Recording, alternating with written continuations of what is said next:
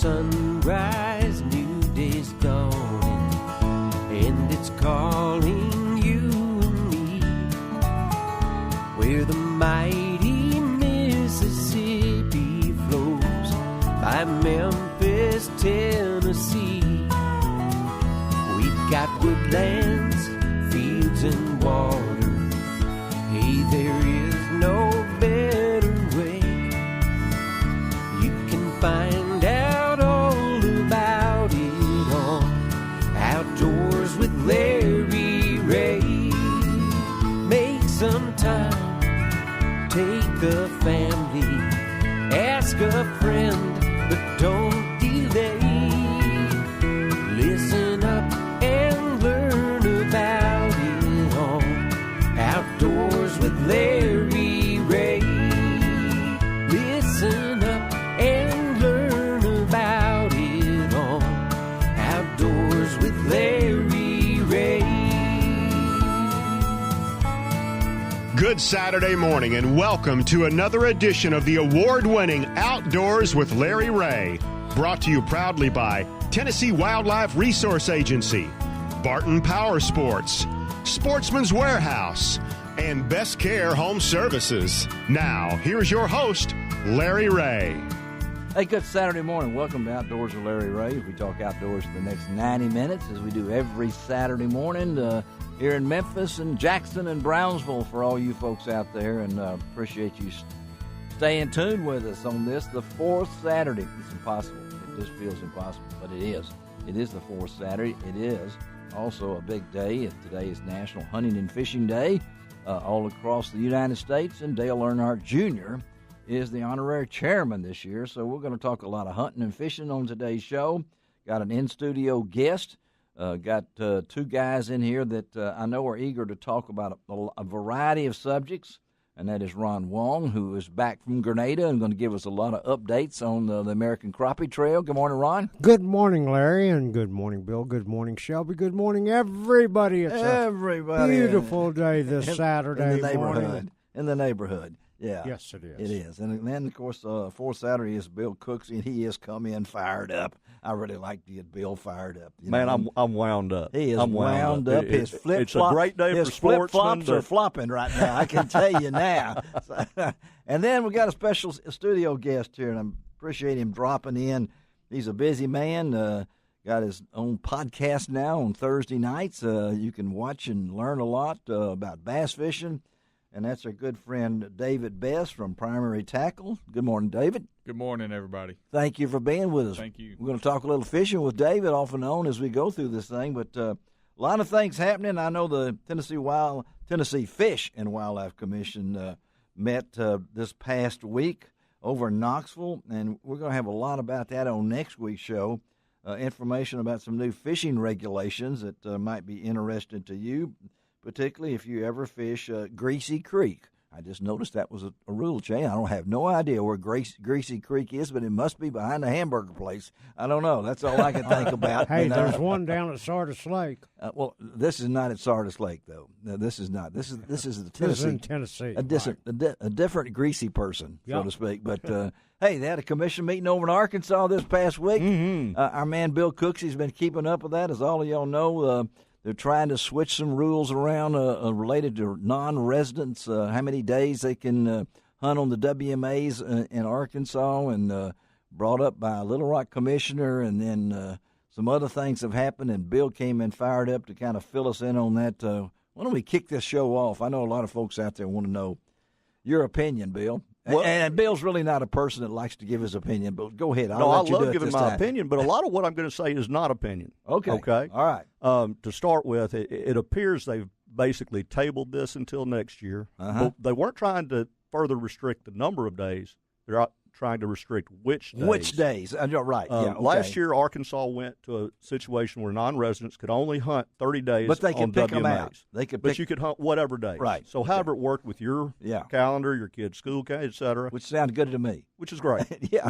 Limit us to 30 days. I don't like it, but I get it. I get it. Yeah. Okay. But then this year they're trying to say what days they can be hunted. They're dictating we can hunt. when the non-residents can These count. are the periods you can hunt. here's the issue I have. First of Okay. all, they've only had this regulation for 1 year. Right. Now, here are the real numbers. All right. In 2016, 2017, non-resident WMA permits, they sold just under 10,000. Okay. 2 years ago. All right. Guess what they sold last year? I don't know. You told me. 4,789. You got it They down cut to the it number. in half. They cut it in half, and still, And now and they still, want. you say it's non-residents. Yeah. Non-residents are less than a tenth of the people hunting WMAs. The people that giving folks a problem aren't non-residents for the most part. Anyway, but aside from all that, the numbers have been cut in half. So it's prudent, and my hat's off to them that they're tabling this to study the numbers. Okay, they have the And- numbers. They should have They the know number. how, and they know which WMAs we all hunt. Okay, it's Okay? obvious who. Two well, WMAs are hunted by non-residents. Okay. Over 50% of non-residents hunt by Amita and Black River. Right. And just like residents, the people going to that area, those areas, Yeah. you got to buy Amita. If you want to hunt the blue line, Yeah. you're shoulder to shoulder, and you have to race for holes. That's amazing. But you know what? You can go to Brushy Creek, put in it lower, hit Brushy, and turn left. Mm-hmm. In about 10 minutes, you're away from everybody, and you can kill ducks. It's not a problem. Anyway, they've tabled it. But in that meeting, there were some things said that really got under my skin. Okay, tell it to. One of the commissioners actually sat there and said, if you want to hunt in Iowa, it'll take you 4 years to get a license. I picked up the phone and called a friend that I hunt with in Iowa every now and then, Travis Mueller from Avery. Right, yeah. I said, how long would it take me to get a license to hunt in Iowa this year if I wanted to come hunt with you? He said, you can walk in a store and buy it over the counter today. Okay. Okay. All right. That's So- that's number one. That's Okay. number one. All right. He made the statement, I thought this was interesting. He said, I've had a lot of people contact me and say, I quit hunting and quit taking my kids because the out-of-staters have is so crowded, but if this passes, I'll go back to hunting. Well, wait a minute. You're telling us you want to decrease pressure Yeah. by doing this, but it's going to bring people back in? No. Well, as my daddy says, that made as much sense as a hemorrhoid transplant. Your daddy was a smart man. I know your daddy. Okay. So all right. Then so, he says, all right, keep we're going. giving y'all the best hey, dates. y'all just kind of hold it just we're for a giving minute you the over best Ron. dates. And Okay. here's a good one. They're giving us the first little segment of the season, which is normally dry on most WMAs. Yes, it is. Yeah. Giving us Christmas, and that's, yeah, absolutely. People off work, kids out of school, that's Right. good. That's good. Okay. Then they're giving us the last 9 days. Now, here's what that same commissioner said. Okay. Those are the most popular days of the season because you can hunt the rest areas. Well, I've never seen that in any Arkansas game and fish regulation because I'd love to hunt those rest areas. so how do you that's- really feel about this? He's wrong. Oh, he's they wrong. were bald-faced lies. And And that bothers me when a public figure like that at a meeting will lie to the public, both to their face and to video. So you can go to Arkansas Game and Fish Commission watch it. And watch today's meeting. Thursday's meeting. I haven't had a chance to do that, but that's Arkansas Game G Fish F Commission C. That's right. And go to their YouTube channel. They have it on, and it was a good meeting, and they came to the right decision. I think they let the science. anytime they come to a decision and they table it, there's something in there that's we're trying to rush through. Sounds like politics to me. It does, and it is, and I understand they want to take care of the residents, and they have a lot of people crying, and they have for years. Well, there is some revenue We generated are by Tennesseans, non-residents. so that's where There is some revenue generated from yeah. non-residents. 49,000 of us duck hunt over there, Well, I pay mine. It's gone up to about almost $180, something like and that. 10% of us last year hunted public.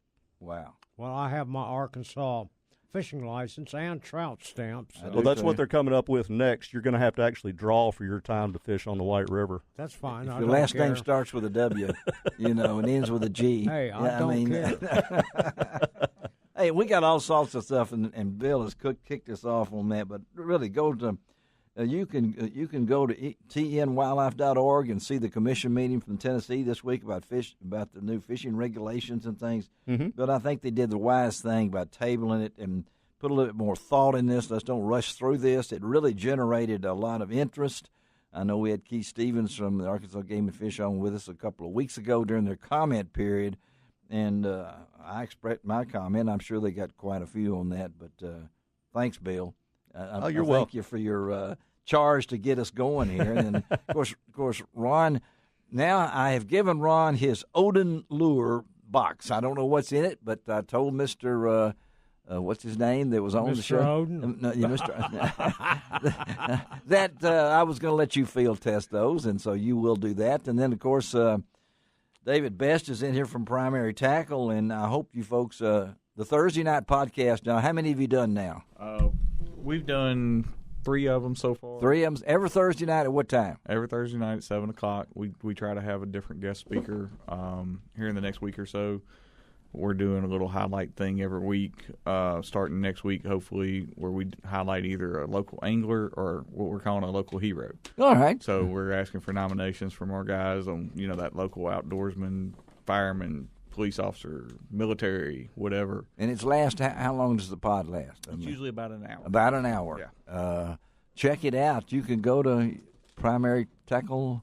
Go to primarytackle.com or go to our Facebook page. And that's easiest, yeah. There's an event guide there, and where you can always see when that event's going to occur. Well, we're going to talk to David a lot more in the next segment as he kind of fills us in on the local scene, along with Mr. Wong, who is on the road so much, but not enough that he can't stop and catch a big bass every once in a while. Been catching some good fish. Fishing is good right now, even though the water has warmed up in a lot of our area lakes from the low 80s, high 70s. Back up to 90 degrees, but expect it to fall later on this weekend. This weekend with the rain we're going to have and all that kind of stuff. All right, Shelby McCall is our show producer. We're going to take our first break of the morning, come back and talk a little fall fishing. Yes, that's right. Today is the first day of fall on Outdoors with Larry Ray.